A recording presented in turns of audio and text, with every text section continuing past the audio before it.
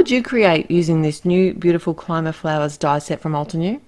Today, I've got 2 cards to share with you in my Take 2 with Therese.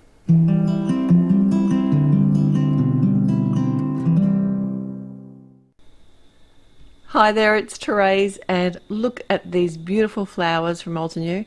It's another layering floral die set, and this is a really pretty one that you can actually use. It's a climber flower set. So 2 flowers, 2 sets of leaves, and lots of colour today. So it's similar to the newer sets that they've been making where you actually die cut the colours at the same time. So the dies are set up that you can actually just run them through your machine once and you've got the correct colour for each layer. So it's a matter of just checking the dies against the pictures and then adding them to the cardstock that you like and running it through your die cutting machine. It's as simple as that. I have chosen 3 colours, including some sort of red, orange and like the rougey colour, and I will list and link all the colours in the description below and also at the blog post, which will also be listed below. I like to use the glue tape from Altenew. I also like to use a matte medium, like a liquid glue, so it's a combination of both. Sometimes I'll even use a double-sided adhesive sheet of paper, but what I do like about the glue tape is that it's quite forgiving. So if I'm not really happy with my placement, I can kind of lift it up and move it about until I've got the edges exactly where I want them. It's the same with the matte medium because it gives you that little bit of rule time before the actual glue sets. But once the glue is set on either of these options, either the glue tape or the matte medium, it holds nice and strong. I'm just showing you here both of the flowers in the set as I'm layering them up. They're really easy to layer. The packaging actually shows you how, and also if you're never sure about what you're doing, you can always head to the Altenew blog, and at the blog where you buy the stamp set, like so if you click on the actual stamp set or die set, I'm saying stamp when I mean die. So where you actually purchase the die set, there is links to the layering guides there as well. Really easy to do. And 2 really pretty flowers.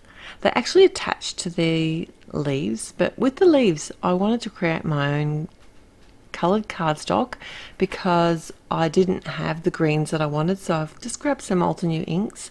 It's from the Green Valley set and it's a really pretty set, and I've got the ink blending brush. These leaves have a light, a medium and a dark layer, so I needed the 3 layers. Well, I didn't have to, but I wanted to. So when I was actually colouring my cardstock, I did do it in the 3 layers here. What I like about these ink blending tools from Altenew is the speed at which they add ink to the paper, and I'm using Nina cardstock here. In the olden days, before these blending tools, I wouldn't have attempted this. No way.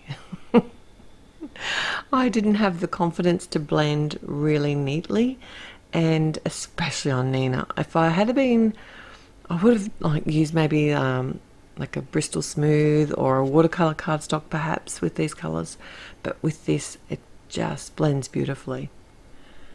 And I'm doing exactly the same thing again here. I'm referring to the packaging to work out which sort of portion of the leaf is going to be the lightest, the medium and the dark. You can change it up. These things aren't set in stone. You can have ombre style, you can use design paper, you can put the dark at the back, the lighter at the front. It's up to you and the look that you want. And you may notice a little bit later in the video that I actually did that with 2 of the flowers. I just changed up the top 2 layers and it does change the look of the final product, and it's a lot of fun. It just gives you a lot of variation. So I'm referring here to the layering portion now and how to layer up the leaves. I did keep these in the same sort of tones that the packaging recommended, like I cut the light one out of the lighter portion of the cardstock that I created, the medium colour and the dark. And I also used a mix of both the glue tape and the matte medium again.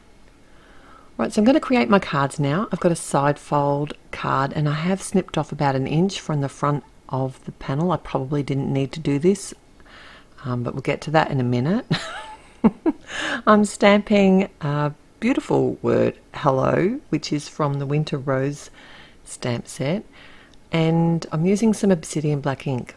My second card is going to be a top fold card, and the sentiment for this set came from Sincere Greetings. And what I've done here is I've got all my flowers and all my leaves already prepared, and they kind of make little bouquets with some extra leaves as well.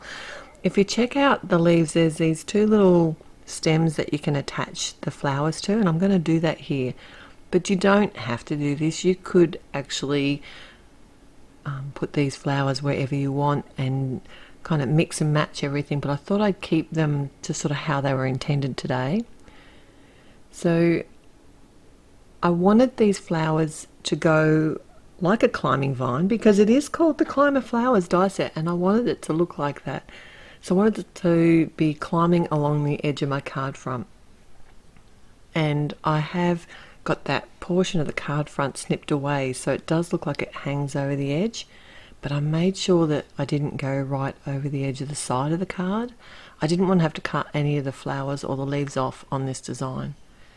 And I just used some really thin foam dots to pop up a couple of the flowers and leaves there. My second design, I've used the filler leaves and decided to actually flip my flowers around this time, so they're kind of hanging down. And a lot of the trumpet flowers do that. And here's where I changed my mind. I was originally going to leave these portions hanging over the back of the card, and then I thought about adding the design paper, which is from the Essential Black and White paper pack, to the back of the card, and in the end I liked it better on the front. So it's actually attached to the front portion of the card. So I might as well have just stuck it on the front of the card without cutting the other bit off at the beginning. But that's okay, you live and learn. And of course I did come in and cut away that portion of the extra cardstock. I wasn't going to do it with my scissors because I thought it might end up crooked. Alright, so hopefully I've given you some inspiration for using these beautiful layered flower dies. If you've got some in your stash that you can play with and recreate these designs, or head to Altenew, and I'll link everything in the description below for both the blog post and for the products that I've used here today. Thanks so much for joining me. I've had such a good time. Click on the like button if you did like the video, and subscribe if you haven't already. Till next time, bye.